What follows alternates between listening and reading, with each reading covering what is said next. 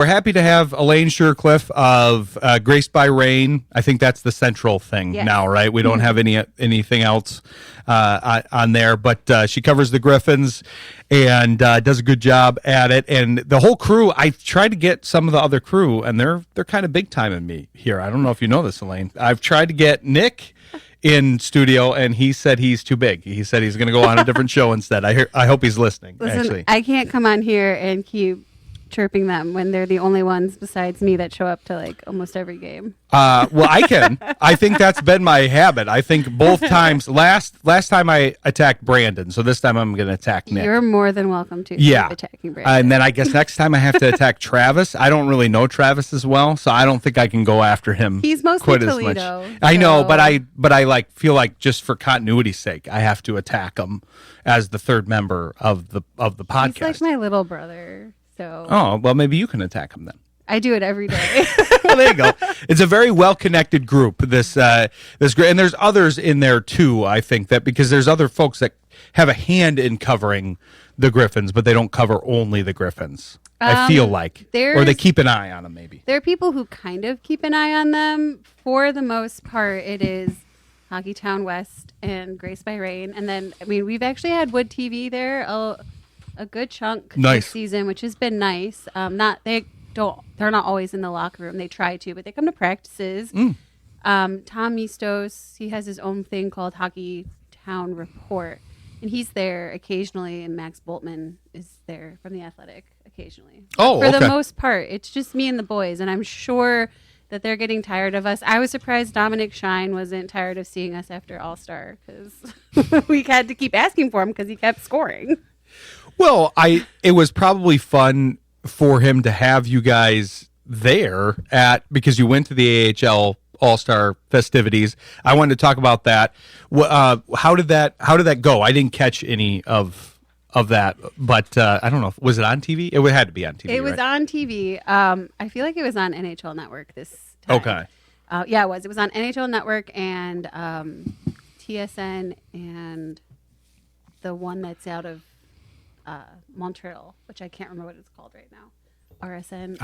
How good are you at French Canadian, Dan? Do you speak any French Canadian? No. Okay, he doesn't. He said off mic he doesn't. That was our best chance to translate it. But yeah, tell us about it. Obviously, there were a lot of Griffins there. Good Griffin representation this year, as well. There should be for the year they've had so far. So originally there were supposed to be 3 players and 1 coach. So Coach Watson was there. And then it was Dominic Shine, Sebastian Cosa, and then it was supposed to be John Leonard, but he's injured. And they didn't replace him with another Griffin. I don't know why, but they replaced him with Brett Sini, who is from Rockford. He's super beloved. It was very well-deserved. I was surprised he didn't get named to begin with at the beginning of when they did the naming, because he's solid, he's really good, and he was on a heater right before they did the naming. So I was glad to have him there. He's a great guy. But from the Griffin standpoint, yeah, it was crazy. It was fun for me. I was hopping between locker rooms because when I go, I cover it from all angles. Especially since I used to cover the Monsters, so going in there, talking to them. The Griffins weren't at the community event, so I didn't really get to spend much. I was with a lot of people from Charlotte and Rockford who were there. But in the locker rooms, when we saw like Dominic and Sebastian, they were just having the time of their life. And Coop was there, like Dominic Shine's son.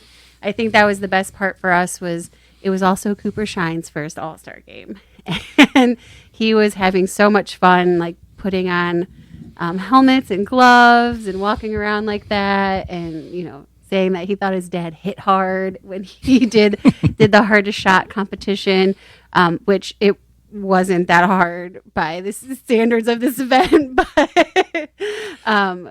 it was fun to see it from that angle. And Sebastian and him were just so relaxed too, so it was definitely a much needed break of fun for them.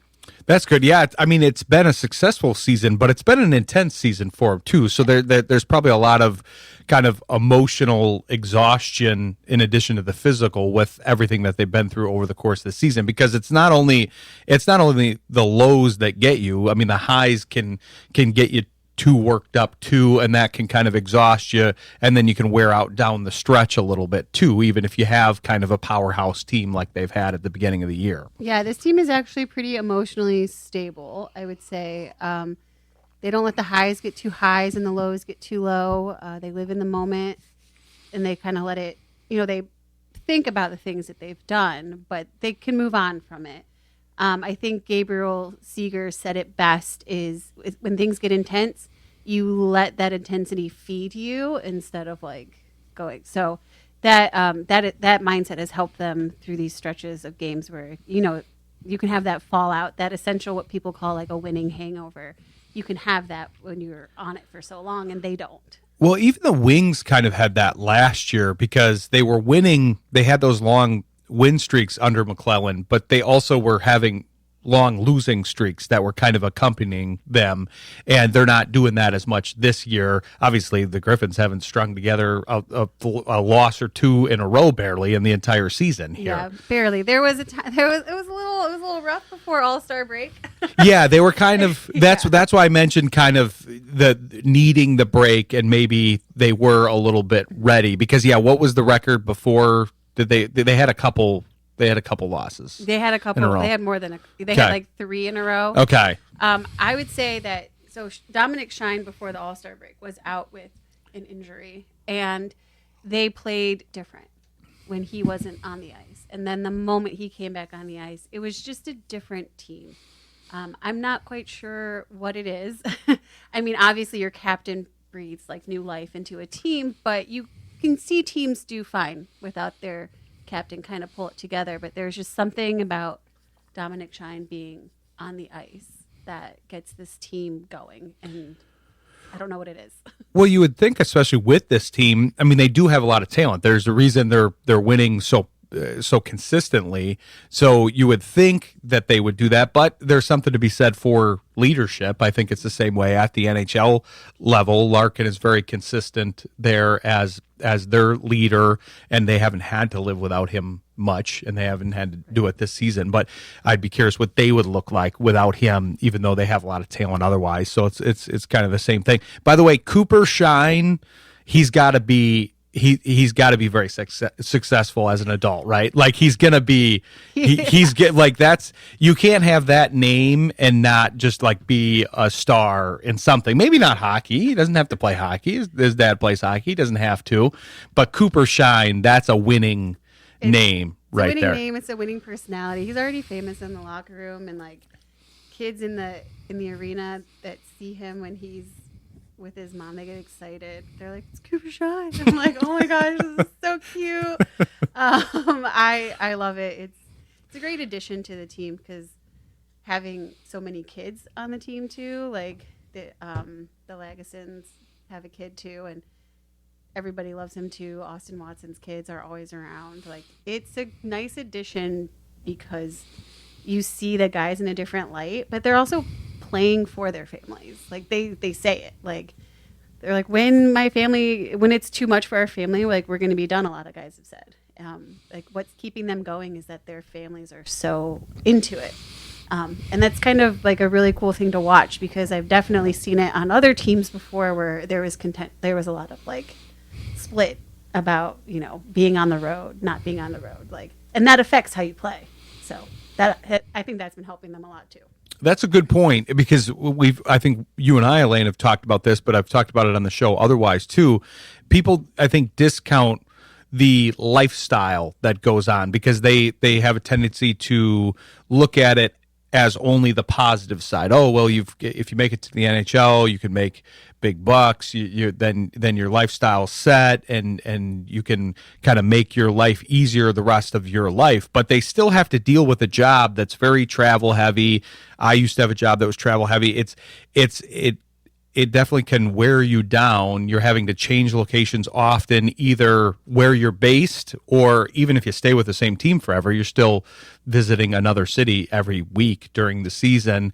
And that does wear on people, and it does factor in because they're still human beings. They might be training and they might be super athletes, but they're still human beings that are affected by things. I said this at the beginning of the season with Gibson because he came over and he was with a new team, and people were kind of like, oh, well, he's not really doing it quite yet. It's like, yeah, he's got to adjust to moving his family across the country. And then, yes, he's got to adjust to the defense in front of him and all of those kinds of things. But it's the same way with all these guys, whether they're at the NHL or AHL level. It's a very transient lifestyle as a whole. Yeah. That's where the things like the AHL All-Star Classic comes in handy for some of these guys is they go there and their kids go, their wives go, their families, parents go, and they get to see them having fun doing their sport. Like, you see them having fun, but you're like, oh, it's business. Like, it's all business. But at the All-Star Classic, they're just goofing around. They're having fun. Like, yes, they definitely took the actual game very seriously because the game before the championship game, it was a round robin. It was the most intense thing I'd ever seen. It was between the Central Division and the Pacific Division, but they share the same locker room because they're on the West. And okay. I was like, I thought there was going to be a fight. There was like a puck kicking incident. People were slamming each other into the boards. And I was like, do you realize you're going to have to see each other after this game? So they definitely had fun, but also were very aggressive and intense about it. But the kids see that, the family sees that, and they're like, oh, it's worth it. It's relaxing. They're having fun. This is why they're doing what they're doing. I don't know what it is about hockey. I don't know if it's the nature of the game. It's also in some ways how they plan the All-Star game. But we were talking about this last year because obviously basketball and hockey break at around the same time. And the All-Star game in the NBA really paled in comparison, especially last year, to what they did last year for hockey. Now, they had the Olympic break this year at the NHL level, so that's a little different, and that's kind of fortuitous timing that you get to, I mean, of course, everybody's going to be into that. But at the AHL level, I'm not surprised to hear that they still were able to kind of get that motivation because it wasn't the same. I watched the G League All-Star game, which would be the comparable comparison for the AHL, and yeah, they were not having that same level. There were no fights. There was no there wasn't as nearly as much effort. I don't think in that game. This is the first time that I've seen the All-Star game be this intense. This is the very first time that I've seen it be so competitive. Like, you felt like you were watching a playoff game at one point, and I was like, this is the All-Star. Like, what is happening? I've been covering this league for 10 years and I've never seen anything like it. That's interesting because I would think that it would be kind of a hard sport to play half speed because that's got to be part of the reason they've got to go all out, because it's like, well, how do you play hockey half speed? I can't play at full speed, so I don't know. But yeah, that's an interesting discussion here. But we're going to come back with Elaine. We're going to talk more about the Griffins and how she feels about them here now as they're coming out of the break here. So stick with us. You're listening to Sports Intel on Jethro FM. Having a good conversation in the break, actually, that I'm going to bring on air because we interviewed friend of the show, Keith Gave, last week in our hockey segment.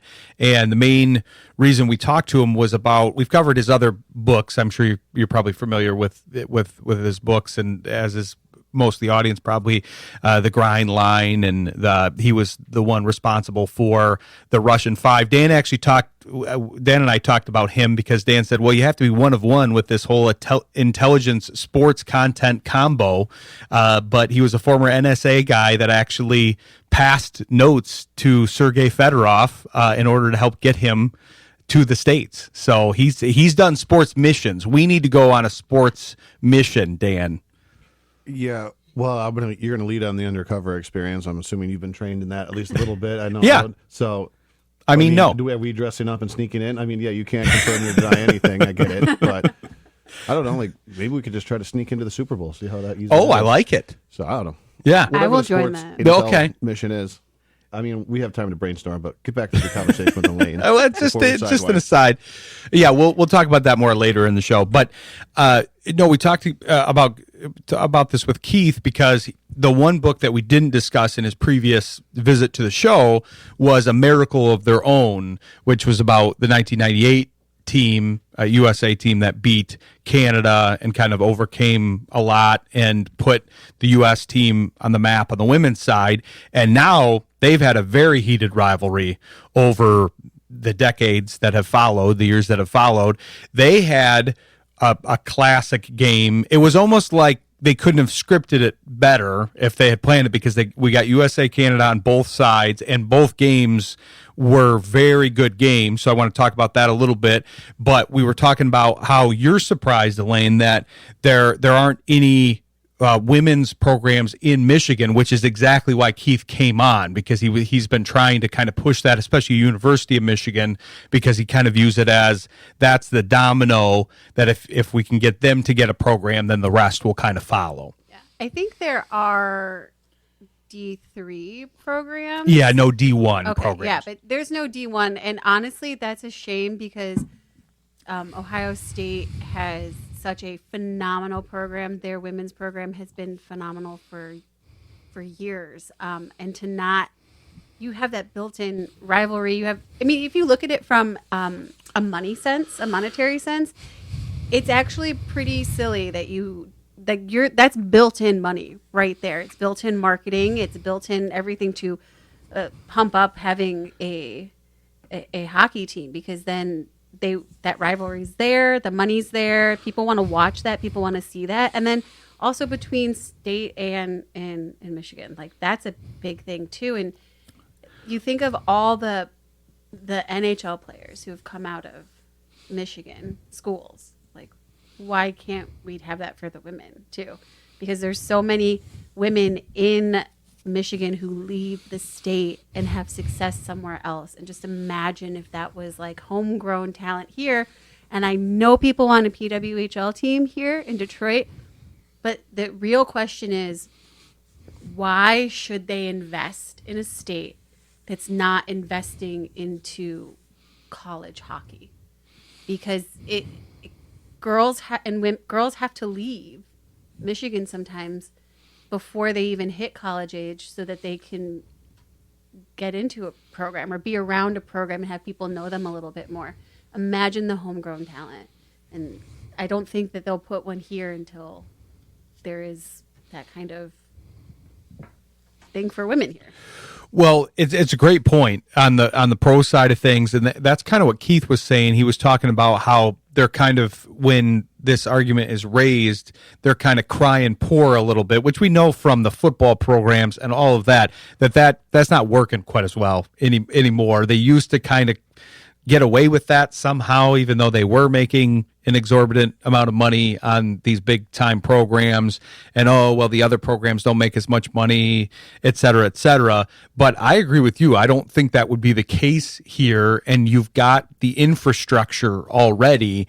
I think Keith is hoping maybe with the new AD in the mix with Michigan, maybe they can kind of get that pushed. But I don't know how we don't. If like you said, it's hockey town. It's huge in the state of Michigan as a whole, and I think it's overdue.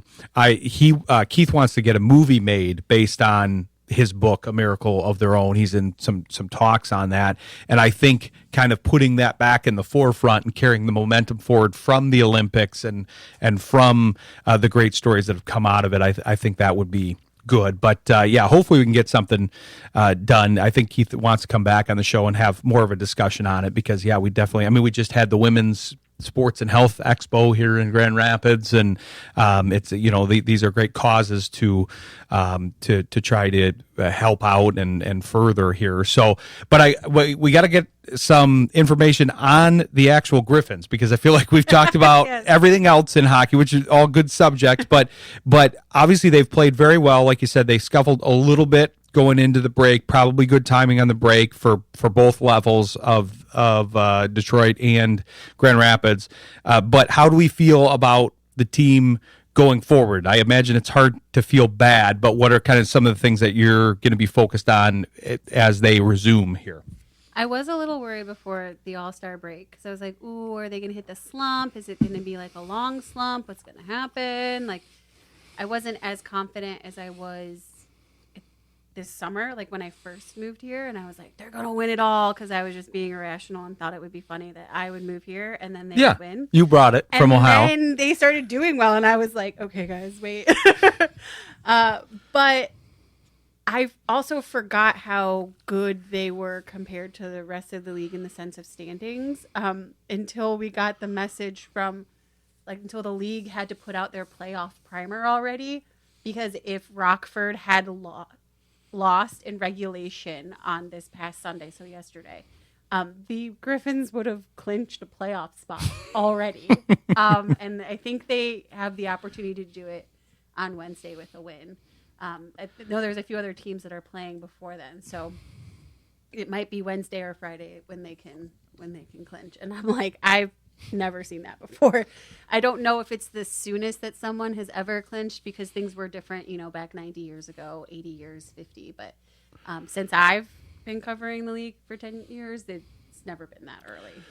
Yeah, I feel like for these, you have to have some sort of qualifier. We ran into the same thing with Indiana, my alma mater, being the first team to go 16-0 in kind of the modern day. But Yale did it in like 1910, but some of the teams they played against weren't even like college teams. That can't count. We got to put an asterisk by that. Same with 90 years ago in the AHL. I can't imagine it was the same level, definitely not the same level of competition, but probably not the same number of teams and all of that kind of stuff. But I wonder what effect that's going to have if they do clinch, because that's where some of that metal that you were talking about earlier will kind of come into play, that they'll have to be self-motivated, because they won't be motivated by necessarily the playoff positioning at that point, but not the playoff spot. Yeah, this team is very competitive. So they will definitely be playing for the bye week. They will be playing they want to be number one in the team in the league. They want to have the number one in the division. They want to win like that cup. We asked them, the boys and I have stopped asking them about the records now, because they always say, it's great, but at the end of the day, we want to win the cup. And so in their minds, okay, this is great and we should celebrate it, but at the end of the day, it means nothing if we don't win a cup. And I'm like, oh, okay. Like, that's great. I love that you guys think that way. So there are teams where I've been worried when they've clinched. Like, I've seen it happen. I've seen it in Cleveland. I've seen it with other teams. I've seen it across this league where they clinch a playoff spot and then they let their foot off the gas. And this team, I don't think that's going to be an issue. I think this team can easily hit the 100-point mark this season for sure. It's just when one person starts, faltering, four more step up. It's a full team effort. And even the guys, when they come from Toledo, or we just had a guy from Kansas City come up, they play well, they slot in, and they take that next man up thing to heart, and they want to stay. They don't often get to stay, but they want to stay and they want to be part of the team. And that in itself means that if anyone were to be sent down, traded into the team, they need to have the right personality to be on this team. So it's the personalities that are helping it gel, and it's exciting. Well, that's a good point to bring up, because obviously at the NHL level, there's a lot of conversation over the impending trade deadline here, and though that could include some of the young guys that have some interplay here with the Griffins, but I think they're going to be stingy for that reason. I do think they're going to make a move of some sort, just more as kind of a good faith play, if nothing else. And yeah, it could be a bigger move. Everybody wants the big move, but that doesn't usually happen. But I do think they want to protect the culture at both of these levels, all these levels, not just Grand Rapids and Detroit, because that's very important within the organization and within an organization as a whole. And they do have a good one. Like, I know it gets thrown around a lot now, but you're in that locker room often, and it is a good culture. There's something to be said for that. The sum is greater than the parts when you have a good culture. Yes. I know everyone wants Steve Yzerman to make some sort of huge, trade. I think people are getting impatient. But whatever he's doing is working. Like, things are working. It's just not going at the speed in which they want it to. And he has made it very clear that Grand Rapids winning is important to the development of these players. He's made it clear that having some of these veterans are important, and that's why you see them go up. They get their contract extended. They get a contract after being on just an AHL only contract, because he's showing them, like, this veteran might not play at the NHL level, but from an AHL standpoint, they are so important to molding the youth to become what they need to be for the future of Detroit.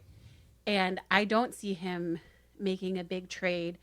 There's a few people I think that he might dabble with trading. I don't know for a fact, so I'm not saying.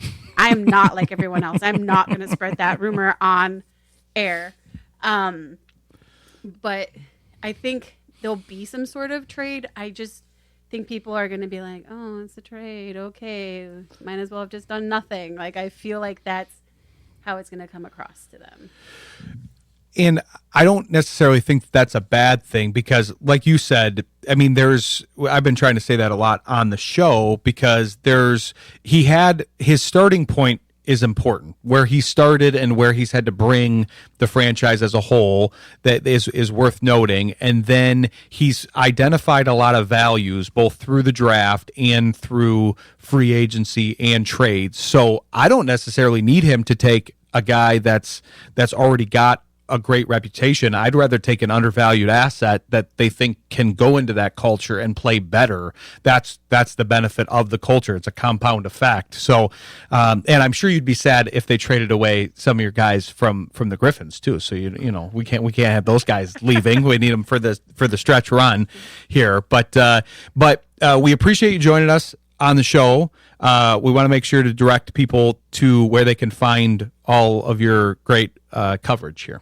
So I went down to one Twitter account X account, because it was just too much to do two of them. So it's just at I'm a Rain Dancer for that. The Instagram is Grace by Rain. My TikTok is also I'm a Rain Dancer. And you can see on YouTube I have stuff, which is Grace by Rain.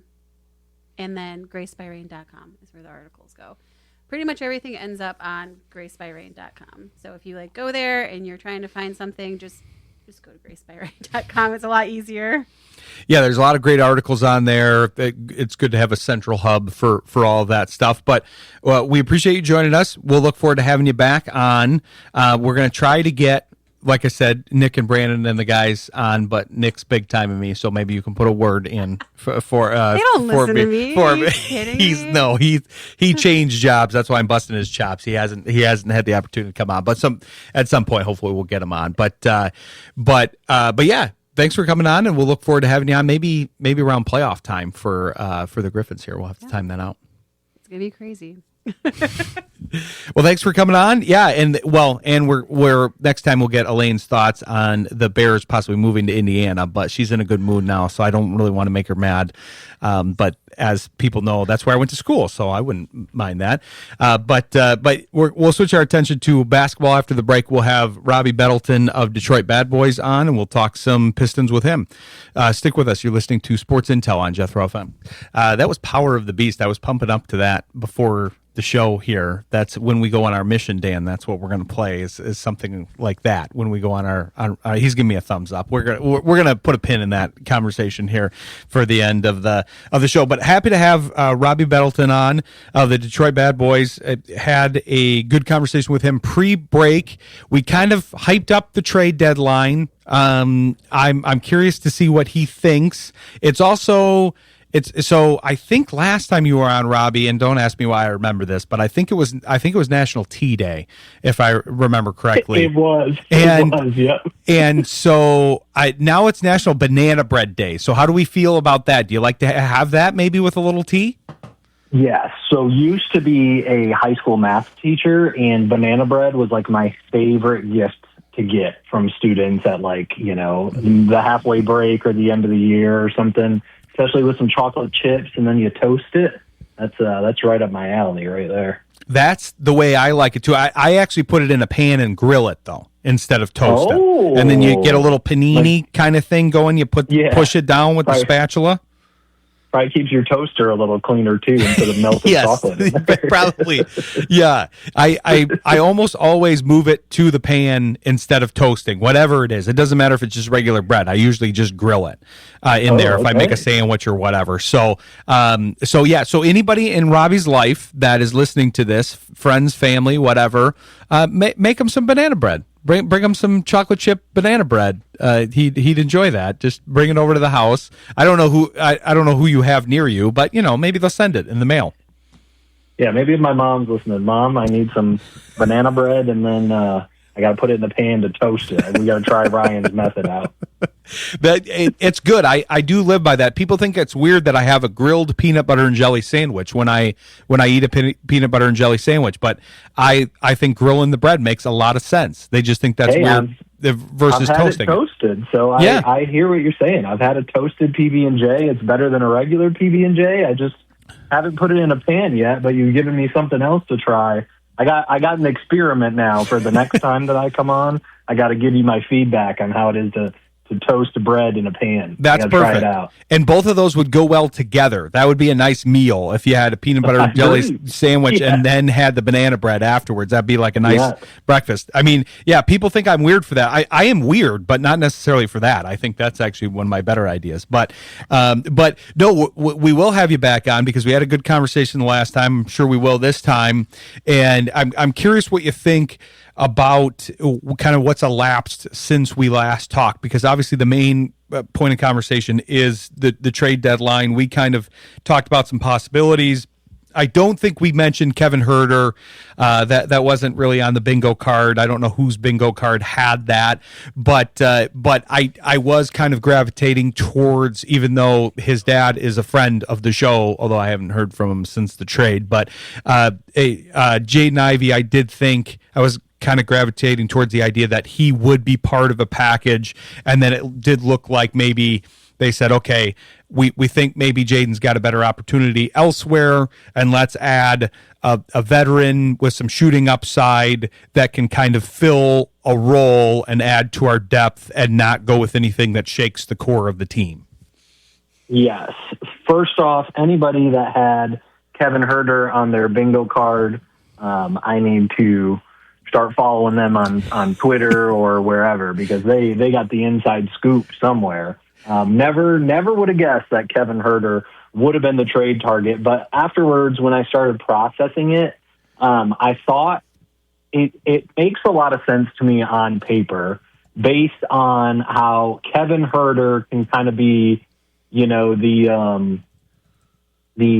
the Walmart brand of Duncan Robinson, if you will. I may have just thrown some shade at Kevin Huerter. I did not mean to do that, but Kevin Huerter is just another movement shooter, just like Duncan, that can come around screens. JB Bickerstaff can draw plays for him.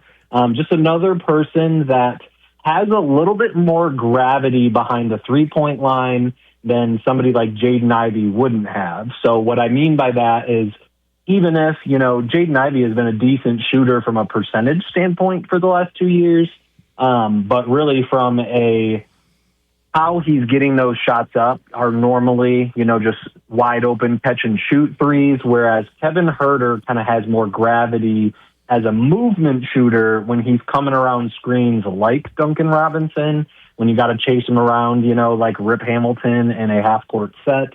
So I understand the idea on paper as to why Langdon made that. And, based on his drafting history, his record of drafting as a GM with New Orleans, he helped out in Brooklyn and other places.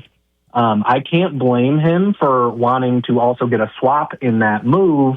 If we can move up from 28 to 23, at the draft, I trust that Trajan will find a guy that he really likes, that he couldn't get at 28, that he can get at a pick like 23.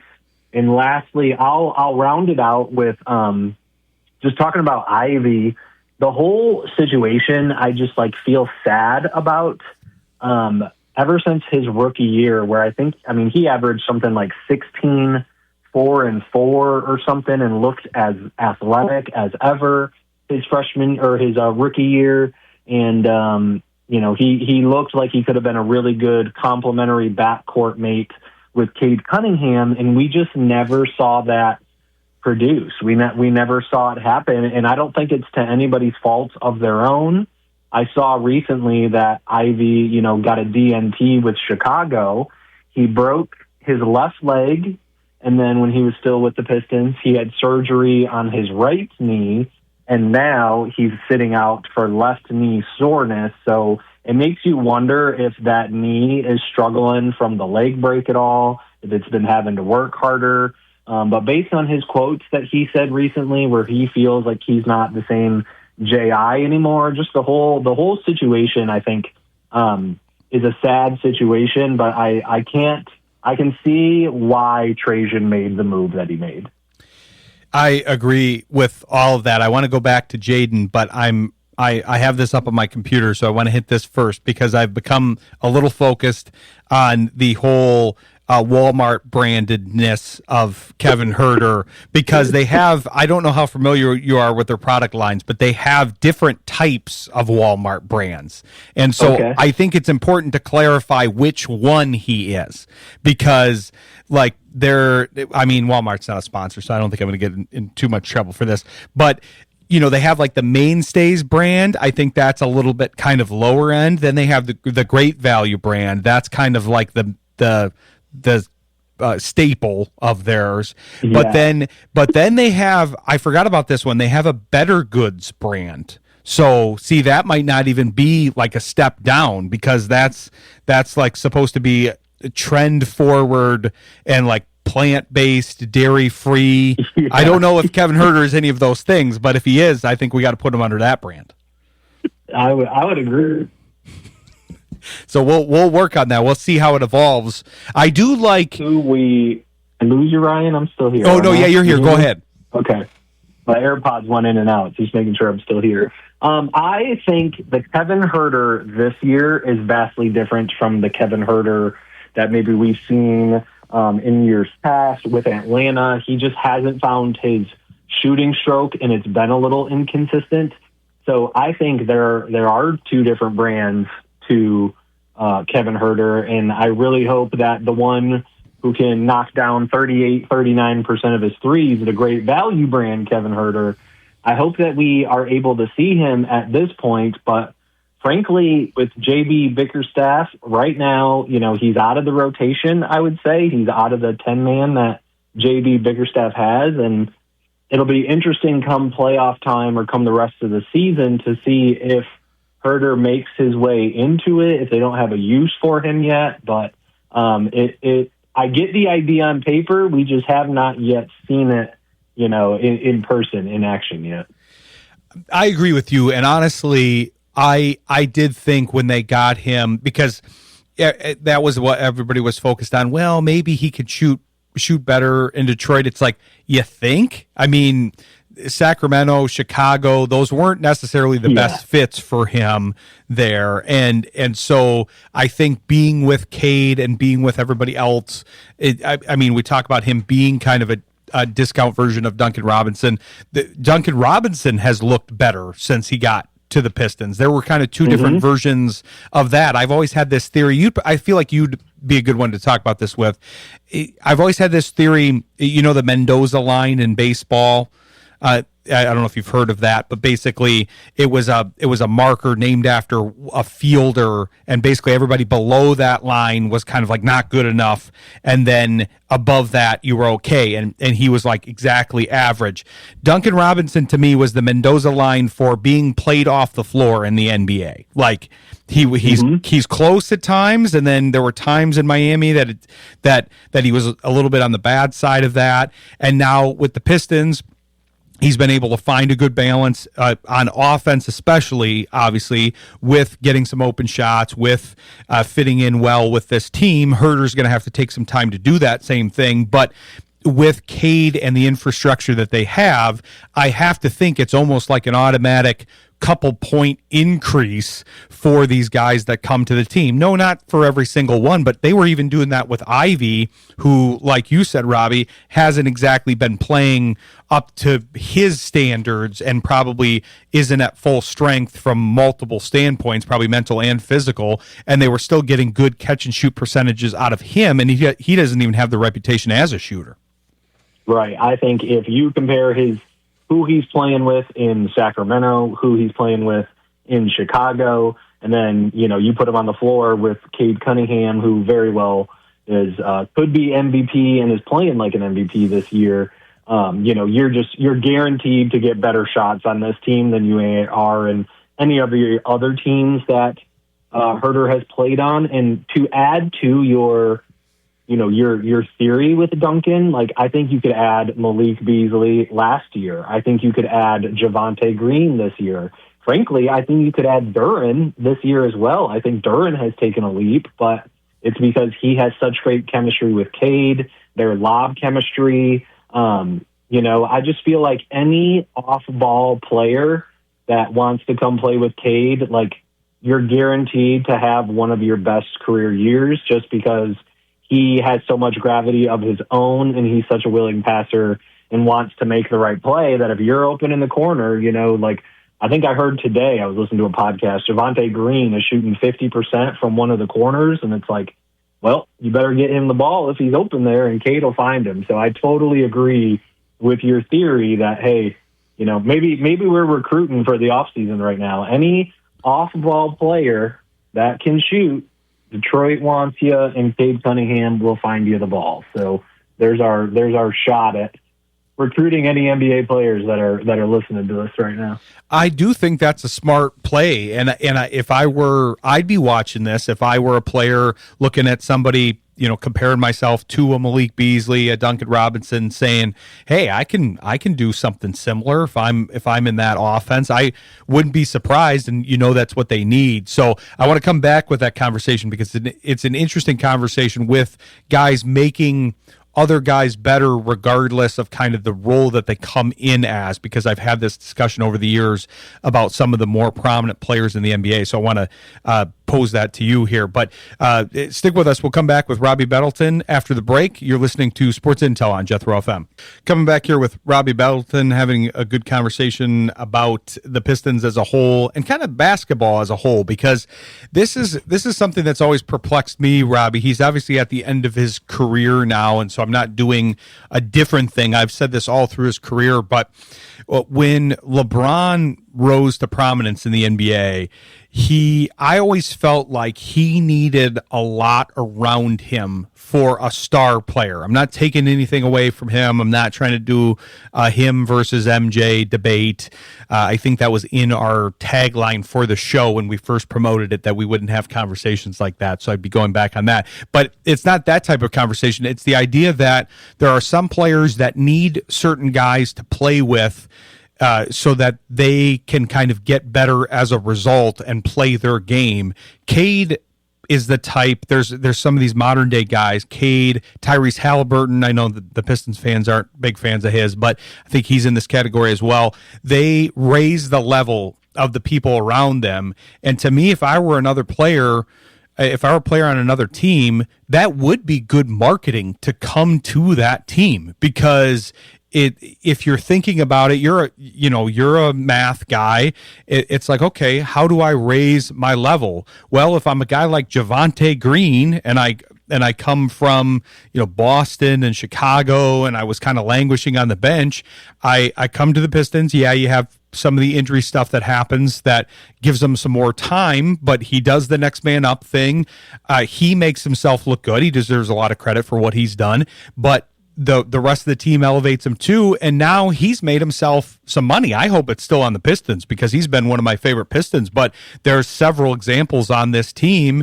There's hardly a guy that Cade hasn't made better, which is kind of why Jaden stuck out more, because that synergy wasn't there. I agree, and you could kind of tell with Jaden that he had just kind of lost a step, right? Like he just didn't have that quickness, he didn't have that speed, that burst off the dribble that he used to have, but totally agreed with everything else. I mean, it really seems like everybody's play has taken up a notch. They're playing up a level, and I do think it's Cade playing at an MVP level that really is leading this team. And I love the LeBron comparison because I feel like the message around LeBron, right, was always like, we got to get shooting. We got to get shooting. We got to get spacing around LeBron. And with all the talk of spacing, of three-point shooting, I will admit, right, I'm a very biased to the modern game. I believe in like an offense that values spacing, that values three-point shooting. And so for me, at the beginning of the year when, we're leading the league in points in the paint, we're shooting as many twos as we are, to me, it kind of has taken me back, or it has shown me how a team can still be successful in the NBA that still kind of brings that old school mentality as opposed to kind of the space, the pace and space, the 3-and-D kind of teams. This is a team that wants to be physical with you, like it's 2004 all over again. They want to score in the paint. If they can't easily get to the paint, they'll back you down, they'll bully you into it. And so for myself, I will say it has kind of this season has been a learning moment for me where I feel like I've heard in the media, like you got to value three-point shooting, you got to value spacing, and the Pistons are just completely going against the grain in regards to that. And it's not how I would have built this team. And frankly, I'm just so happy that I'm not the one in charge because this team is so fun. They embody Detroit so much. And it's so eye-opening to me that they're doing it in a way that most teams at the top are not doing it. I completely agree. And one of the things that makes me think of is one of the narratives. I don't get very annoyed by I don't watch a ton of national stuff. I try to stay local. That's why I have a lot of beat writers like yourself and people that follow the beat, because I think you guys know it the best out of anybody, and then that educates myself and the listener about the given subject across the sports. But the things I do catch on the national media, one of the main narratives, because they're aggregated and all of that, we've talked about that with some of our folks that are on the local beat but have a knowledge of the national broadcasting format. But you have people that are talking about the Pistons, and it seemed like the narrative before the break, I think we even talked about this in your interview, that they were focused on, they're the top of the Eastern Conference, but who are they going to trade for? How are they going to improve? And they clearly said to the rest of the league, hey, I think we're in pretty good shape right now. I think we're going to run with this. We're going to go with the arc that we've set for ourselves in the future years. We've now identified maybe the person that would, because we had Kyle Metz on last week, and we talked about how this is also a play for the offseason, because there was probably going to be somebody left without a chair if you're going to re-sign Duren to his likely contract after this season. Ivy would then have to be signed, and now you've got Thompson, you've got Holland, you've got some of these support pieces that you probably have interest in bringing back. So you've got to eliminate somebody, and no offense to Jaden, for all the reasons that we're talking about, it did seem like maybe he was the one that was kind of left out. I hope and think he can do well if he stays healthy elsewhere. But getting caught up in trying to re-sign him and Duran at the same time and retain enough money would have been a tough thing for the offseason. And one of the things that I keep seeing for this individual playing style is, but it's not going to translate to the playoffs. I disagree with that. I think this style is going to translate very well because they're winning games with not necessarily the best three-point shooting. So if they can tick up at all, their physicality, their defense, those things will travel. And if they can just shoot slightly above what they have been doing over the course of the season, I think they can fare fairly well through these, knock them down, drag them out series in the playoffs. Mm-hmm. Mm-hmm. And to your point, to the message that they sent to the league, right? Like we really haven't seen Herter play much at all. It's not like, the trade deadline. The impact of the trade deadline is being seen in the team post-trade deadline because we see them walk into New York, without Duran, without Stu, and Cade puts together an MVP performance. So, it's like they to Trajan's point, and you got to give them credit, like they continue to show up as the team that they have always been the entire season. Even without their trade deadline acquisition, even playing a factor. So I think, especially with where they are at in the schedule right now, this is probably their toughest 2 weeks or their most important 2 weeks with them playing Wemby right now. OKC coming up. They've got Cleveland twice. I think they see San Antonio again next week. So they've got some big games coming up. And I think my only fear about the playoffs, and the playoffs themselves are just such an interesting concept where you can just throw so many different types of defenses at the same team to figure out what works, right? And so my only fear is like, does a opposing team in the first round want to put a center on Asar? So they're going to leave Asar open at the 3-point line. And then JB Bickerstaff, it's like, okay, you got to get creative now. If they're just going to sag off Asar and dare him to shoot, it's like, do you have to get Asar more involved as a roller so that you're getting his defender involved? Like, how can you use his passing to also, make him more of a threat than he is, when he's not able to knock down three-pointers just due to his jump shot. So I do think that defensively, right, they're built for the playoffs. And I think Cade, just his play style is built for the playoffs. The slow pick and roll, he can get to his spots, and especially like if defense is tough, if he's still, he in the New York game, he was just elevating when Brunson was on him. It's like there was nobody guarding him and he would just elevate right over him like he was not even there. So I think the defense is built for the playoffs. I think Cade is built for the playoffs. My only fear, would be the shooting aspect is like, what kind of defensive looks could a team throw at Detroit that maybe they haven't seen in the season, something that, they're going to have to figure out on the fly during that series, how to get creative and how to start getting some easier looks on offense. But I mean, I can't wait to watch this team in the playoffs. They are just so physical. I got to imagine nobody wants to see Detroit in a playoff series.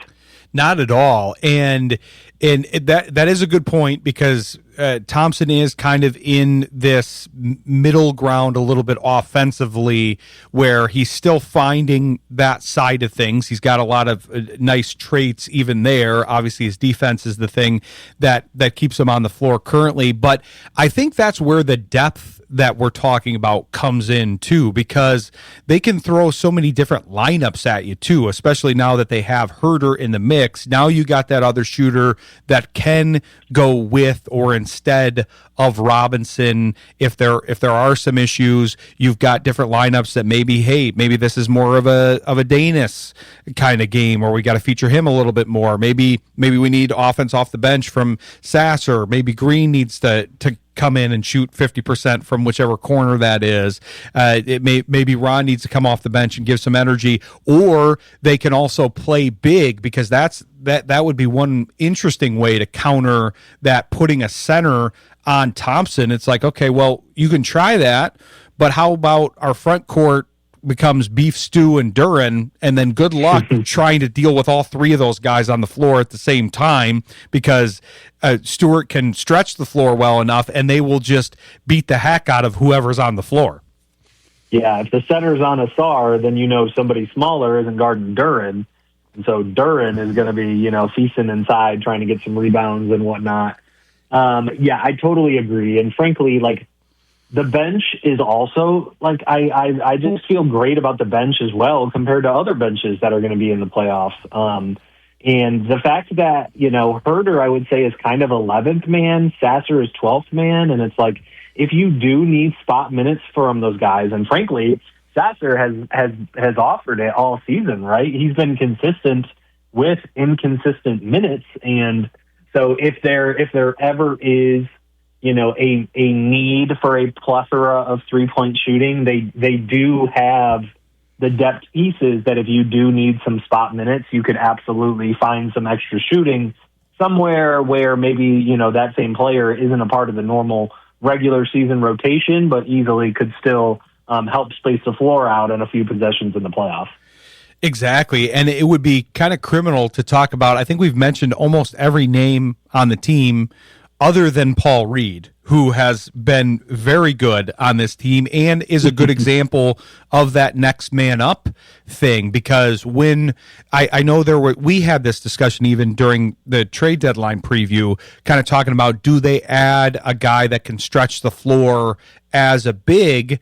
But we talked about Reed in that interview. They clearly felt confident in him, and now we're kind of seeing why through these suspensions here. He's very strong, and no, you don't necessarily want to have to go with him in the playoffs, because that means you're possibly losing Duren or Stu for various reasons, injuries or fouls or whatever. But the point with this team is, if you do have to go into the depth, they pretty much everybody has proven that they can fill in for whoever it is. Even Danis with Cade. I know I'm not comparing them at all, but Danis did very well filling in for Cade, and that's why they ended up converting his contract. But that depth, I think, will be a compound factor, because you've got the fact that everybody has kind of stepped up and has the experience this season, and also, hopefully that means fresher legs in the playoffs, which a lot of this, as you know, watching the NBA for so long, is just a battle of attrition by the time you get to the playoffs. Yeah, you've played 82 games, and you're hoping that you're winning 16 more. And I think not too many teams are going 16-0 through 4 series. So, yeah, you've got at least, you're looking at 100-plus games in a season if you're making it all the way to the championship. So, I just thinking about the playoffs and talking about the playoffs now, I'm getting excited. I got the Spurs game on, and it's getting a little chippy in the Spurs game. And, I think the world is a much better place when the Pistons are good at basketball. If they're a top team in the league, the league just needs it. And frankly, this team has fully embraced the Detroit culture and the Detroit name, and it's just fascinating to see. Frankly, it's such a fun team, and it's such the way that they've been constructed, the way that they play, the way that they stand up for each other. Frankly, too, there's a tight knit group. JB Biggerstuff has done a fantastic job about the culture, and I know that we probably talked about trading Tobias during our last call, and even to your point, going back to Paul Reed, Paul adds to the culture. I think he's part of what they call the dog pounds. Tobias has obviously been such an instrumental part of turning around the culture from their season 2 seasons ago. So I think it's a lot easier, right, for you and I to throw around all these trades and think about what it may look like afterwards. But based on what we see out of Paul, out of Tobias, those kind of guys on the court, I'm sure they're making even more of a difference, in the locker room. And I think that's something that we probably, just can't put a price on at this point. But you see the effects of it, and it no doubt plays a role in how this team is performing currently.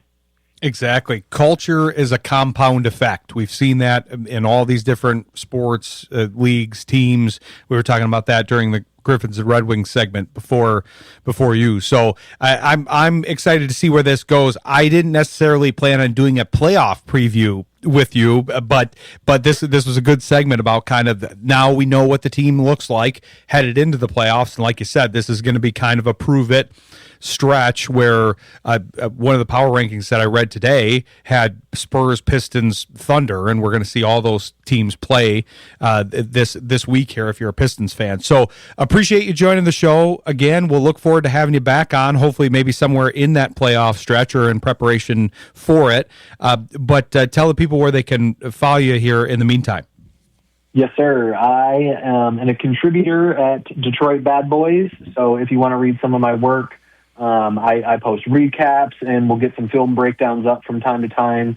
You can go to www.detroitbadboys.com. They got a nice little community on there, and then I am on Twitter and on Blue Sky at BobbyBuckets313 if you want to connect with me and chat on there. Thanks again, Ryan. Always a pleasure hanging out with you, man. Looking forward to the next time. Definitely, yeah. We'll have you on again, and I'll need your report on the grilled peanut butter and jelly and the grilled banana bread. Yeah, can't wait. When you come back. So, but no, appreciate it, and we'll look forward to talking to you again soon. Yes, sir. Sounds good. Thanks, Robbie. Talk to you later. Appreciate Robbie Bettelon coming on. Good stuff from him. Good conversation about the Pistons and kind of the holistic nature of the Pistons here. But we're going to turn our attention to baseball here. We haven't had a lot of that, and it kind of snuck up on me. It does that all the time here because football season ends, and then it's basically time for baseball. They've already had a spring training game. They didn't notify me that they were going to do that.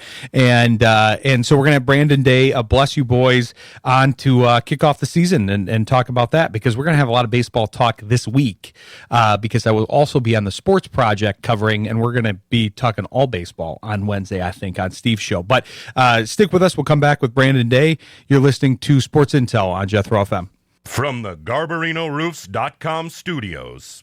Country with a twist. Jethro FM. 1530 AM. WYGR Wyoming Grand Rapids. 94.9 FM Grand Rapids. 99.5 FM Lowell. And Jethro South. 980 AM WAKV Otsego Plainwell. 98.9 FM Otsego. And 105.1 FM Kalamazoo. Available worldwide at jethro.fm.